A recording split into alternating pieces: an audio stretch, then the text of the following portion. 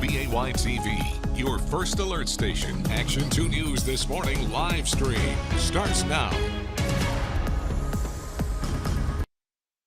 And good morning. How you doing on this Tuesday morning? Good to have you with us here in our Action 2 News This Morning live stream. I'm Tammy Elliott. And I'm Emerson Lehman. Great to have you joining us. And we want to continue our coverage that we've been doing for a week now on the search for Elijah Vu. He went missing from Two Rivers 1 week ago. Officials and volunteers not giving up their search efforts. Here's his photo. An active Amber Alert issue describing Elijah as 45 pounds with brown hair and brown eyes. He also has a birthmark on his left knee. And Emily Roberts is live in Two Rivers this morning. Emily, you've been following this since the beginning, a week ago, since Elijah went missing. And the Two Rivers Police Department really is a very important message that you're telling us about this morning. Tammy Emerson, it's so important. You'll want to hear this. What's been going on the past week has been just absolutely heartbreaking. It's been weighing heavy on so many people's minds, not just in Manitowoc County, but the entire state, the entire country. It's even going global, I've seen on Facebook now. And the Two Rivers Police Department wants you to know that scammers are looking out for this, and they are wanting to use this situation to get your money and personal information. With so many people putting their caring hearts out there at the moment, it could be easy to fall vulnerable to these scams. People want to help in any way they can. The Two Rivers Police Chief says donations should only go through City Hall, the police department, or other reliable sources the family approves.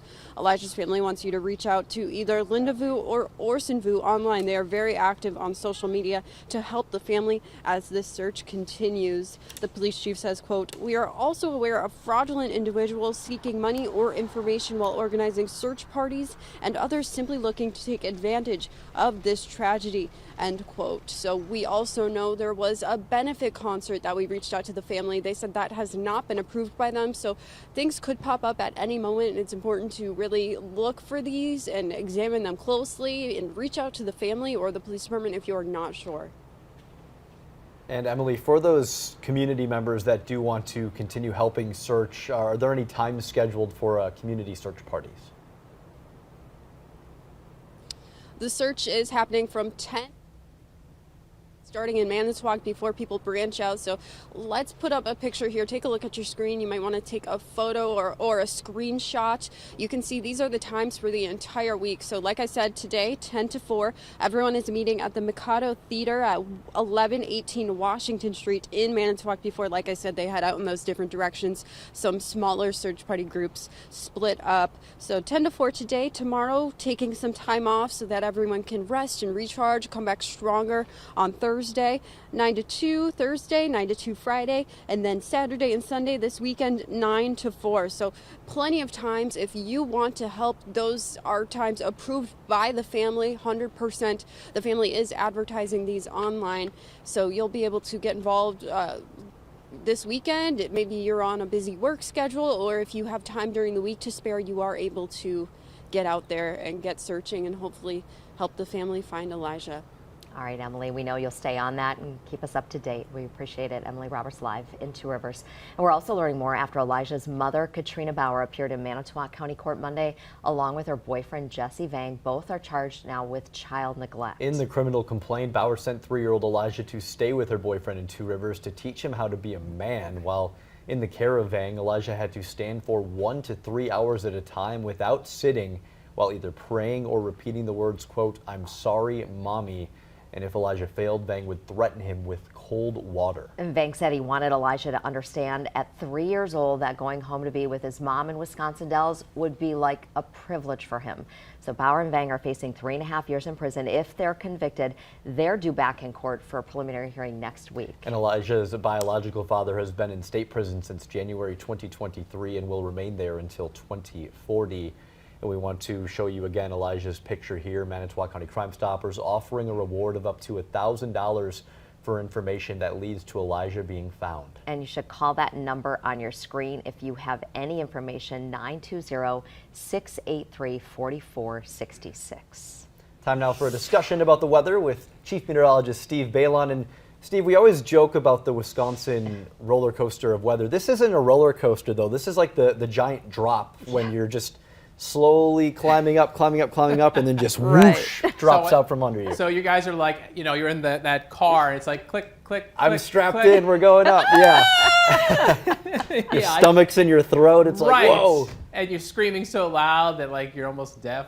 Yeah, I understand. Our next weather maker is going to bring some major changes with the temperatures. We got record warmth today, and then tonight some rain showers switching to snow, and that's because it turns sharply colder heading into tomorrow. So look at the temperatures we've got going on right now. 29 in Green Bay. We're generally at and below freezing from north of Highway 10. But you get into the Fox Cities, we're in the 40s, and it's 51 already in Fond du Lac and Oshkosh. Temperatures have warmed up 15 degrees in just the past 24 hours, and our temperatures will go up and away today. 50 at 10 o'clock, 62 at 1 o'clock, and 66 your high. That's record warmth. And it's not just our daily high that could be broken. Our daily high in Green Bay, record high that is 59 on this date back in 1896. But our all-time February highs could also be broken by the afternoon. The warmest February day that Green Bay's ever had, back in 2017, got up to 65 degrees. That also may be shattered by the end of this afternoon. Wow. And we're talking about the incline. I mean, like we're at 30 degrees right now. And then that sharp drop tomorrow. I mean, Yeah. that's not going to feel good tomorrow. No, not at all. It's gonna sting the face. I mean, you can see we're at double nickels, 55 in Chicago, but we take away one of those fives, and it's 5 out towards Bismarck, North Dakota. So that's a big drop in the temperatures. There's a very sharp cold front, and when I say sharp, I don't mean like like ow. I mean like big plunge in the temperatures, and that cold air is flowing into the Corn Belt. It's heading towards Wisconsin. You'll feel that change. So enjoy the warmth this afternoon. If you like spring, First Alert Pinpoint Predictor has highs in the 60s away from Lake Michigan and the Bay. And our high temperatures in the valley and back into central Wisconsin will be about 30 to 35 degrees warmer than normal for this time of year. And you'll see sunshine as well. Just a little bit of haze being picked up here on Pinpoint Predictor.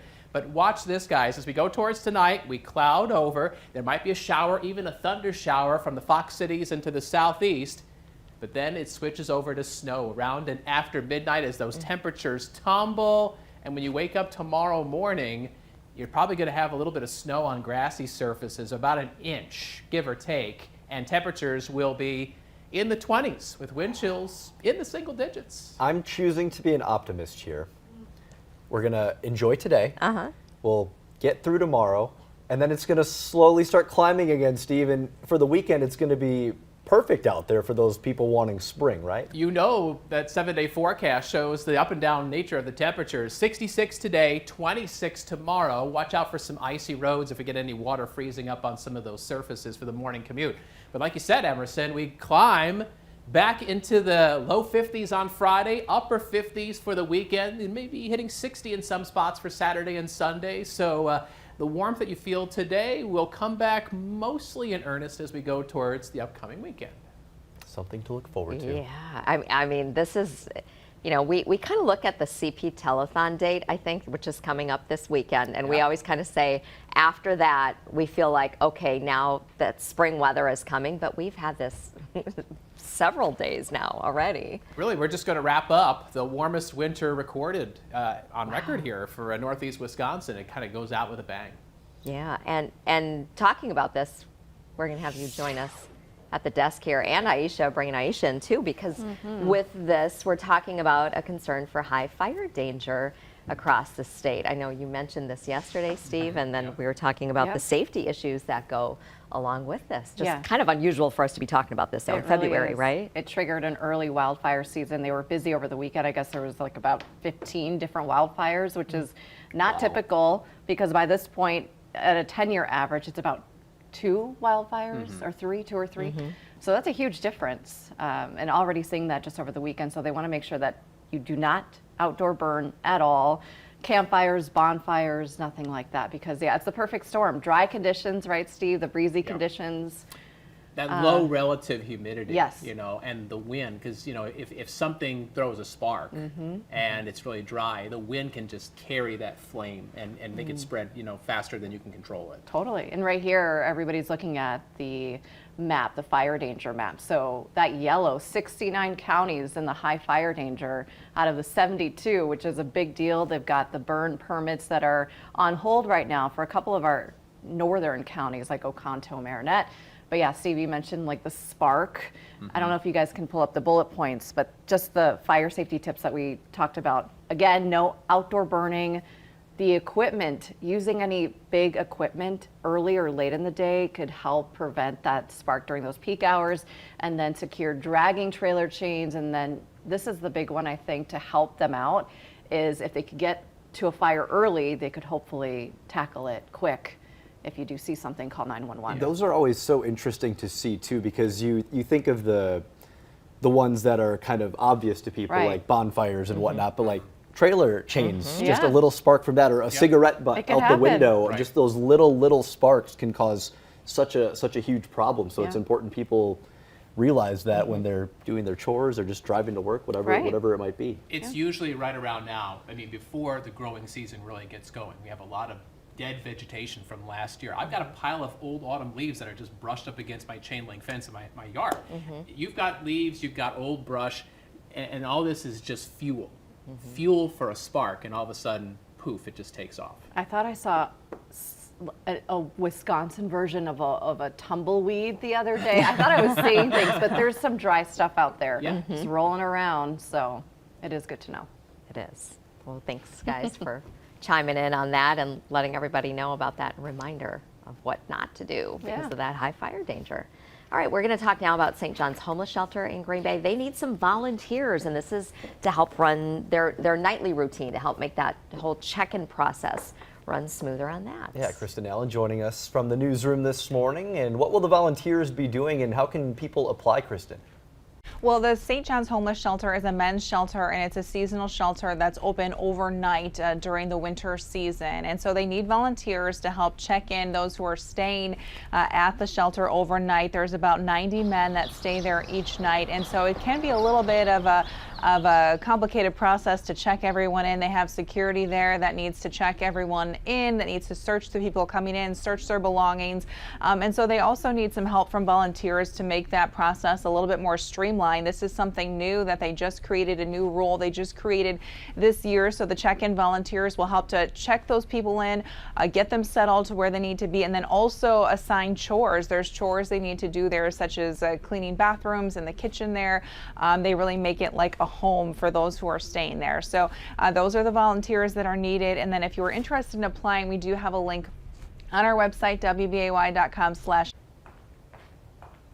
from 4:30 to 7:30 p.m. All right, we have that link at WBAY.com. Thanks, Kristen. Such an important resource for our community. Appreciate you bringing us that information. I want to head over to Catherine now and talk about First Alert traffic. Good morning. Hey guys, yeah, on this Tuesday, we've got a pretty good commute for folks heading to work or school. This is 41 at Wisconsin in the Grand Chute area, and you can see that traffic flow is really moving along. And of course, this is the time of the morning where things really start to pick up. A few slippery stretches, Brown County, you can see basically like that main circle around town, 41, 43, 172, and then heading up toward Door County as well. Highway 42 is really the more troublesome area. Over near the lake, like the Bailey's Harbor, Jacksonport side doesn't look quite as bad. Oconto County and Marinette counties also have slippery stretches this morning.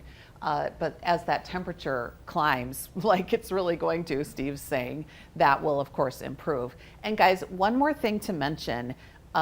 We could get some precipitation overnight, a little bit of spotty rain here and there.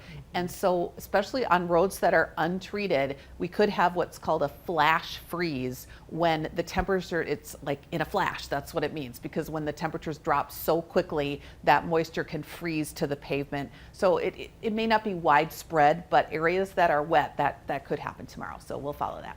Yeah, crazy weather right now. Good to know. Thanks, Catherine. Want to tell you now about a special event happening this weekend right here. It's the 70th year, wow, 70th. Incredible. of the CP Telethon. It's the nation's longest running local telethon, and we're straying a bit from the traditional the tradition this year for the monumental anniversary. Yeah, so this weekend, the CP Telethon is going to start Saturday with an interactive live stream, and then it'll be followed by the traditional telethon right here on Channel 2 all day Sunday. And you can watch your regular favorites, including Let Me Be Frank, the Southern Door fifth graders. They are so good. Also the Academy, the Heritage Academy of Irish Dance. And let's take a look at the times and dates as well. Our reporter Kristen Allen is going to be hosting Saturday's 2-hour live stream. That's sure to be a lot of fun. And then on Sunday, you'll see lots of familiar faces from Action 2 News as hosts from 8 in the morning until the final fundraising tally is revealed at 6 p.m. We're certainly looking forward to the CP Telethon. 70 years, going to be fun. Seeing all our friends back here at the station. We're excited to share that with you. And before we go, the month of love nearing its sweet end. Did you know today's National Strawberry Day? It's a staple fruit, grows around the world almost year-round, and they've been eaten since Roman times. So people used to eat them for medicinal purposes, and today I guess really we treat them as like a sweet, healthy snack. And I feel like I have been lied to my entire life, because this fun fact for you, strawberries aren't berries. They're actually part of the rose family. If you're looking to put something sweet in your lunch bag, maybe have some strawberries today. But I just... Yeah, we were surprised like, when we heard that today. Like, what? Shocked. What is that? They, berries, they're a sweet flower if we're eating flowers, I guess. But they're good. They're especially tasty. good when they're dipped in chocolate, though. Oh, yum. Yeah. I'll do like powdered sugar. Or Powdered not, sugar. just regular sugar actually. Like you kind of cut them up and then Yeah. roll them around. They're like a piece of candy. Now, you know it's funny. So my wife, she'll get strawberries, and then she'll put them in the fridge, and my kids won't eat them. But for some reason, if she cuts them up into smaller pieces and put them in their own separate Tupperware containers with their names, then they're eaten within 24 hours. It's all about convenience. I've been trying to get my boys to cut the strawberries themselves for years. I take out the thing. Okay. It's so much work, though. Isn't It's it just easier kind of if a someone pain. else does it for you? Yes, exactly. I like to put strawberries on my salad. Ooh, yeah, that's tasty. Yeah, every Like once in a while. a Yeah. goat cheese or Yeah. feta cheese or something. Yeah, I'm doing that. every Fresh once in a salad while. for a warm day today. Yes. Right? My gosh, we could eat lunch on the patio. What do you think spring about that? treat. Yeah, Practically. Strange. If you've got your patio furniture out. It's Nope. Yeah, Nope. exactly. Let's not get too crazy. Pull it all back in before tomorrow when Right, it's going to freeze again. Right. So we're going to let Steve and Catherine get ready for their cut-in on GMA. Thanks so much for joining us for our live stream, everybody.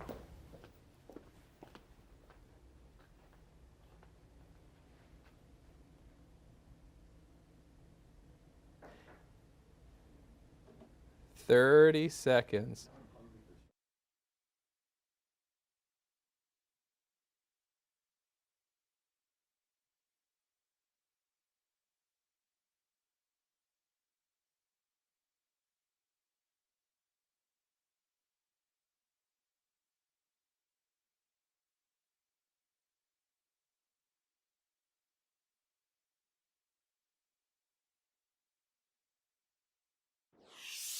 Good Tuesday morning. I'm Catherine Bracho. It's been a week since 3-year-old Elijah Vu disappeared in Two Rivers. Police continue searching for him. His mother's boyfriend, Jesse Vang, reported him missing. Vang says he fell asleep, and when he woke up, Elijah was gone. Look at his picture here. Elijah's 45 pounds with